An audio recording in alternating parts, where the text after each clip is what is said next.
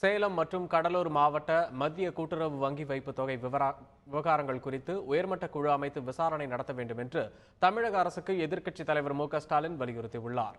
சிறந்த சேவைக்காக 4 முறை குடியரசுத் தலைவர் விருது பெற்ற சேலம் மாவட்ட மத்திய கூட்டுறவு வங்கியில் வருமான வரித்துறை அதிகாரிகள் நடத்திய சோதனை அந்த பகுதி மக்களிடத்தில் அதிர்ச்சியை ஏற்படுத்தியிருப்பதாக கூறியுள்ளார்.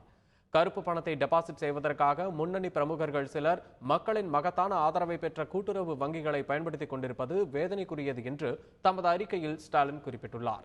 நவம்பர் 8ஆம் தேதிக்கு பிறகு விவசாயிகளுக்கு பண பரிவர்த்தனை செய்யக்கூடாது என்று கூட்டுறவு சங்கங்களே முடக்கப்பட்ட நேரத்தில் ஓசை ஏதுமின்றி பல கோடி ரூபாய் பழைய நோட்டுகளை கூட்டுறவு வங்கிகளில் மட்டும் வைப்பு தொகையாக பெற்றுக்கொண்டது எப்படி என்பது குறித்து தீவிர விசாரணை மேற்கொள்ள வேண்டும் என்று அவர் வலியுறுத்தியுள்ளார்.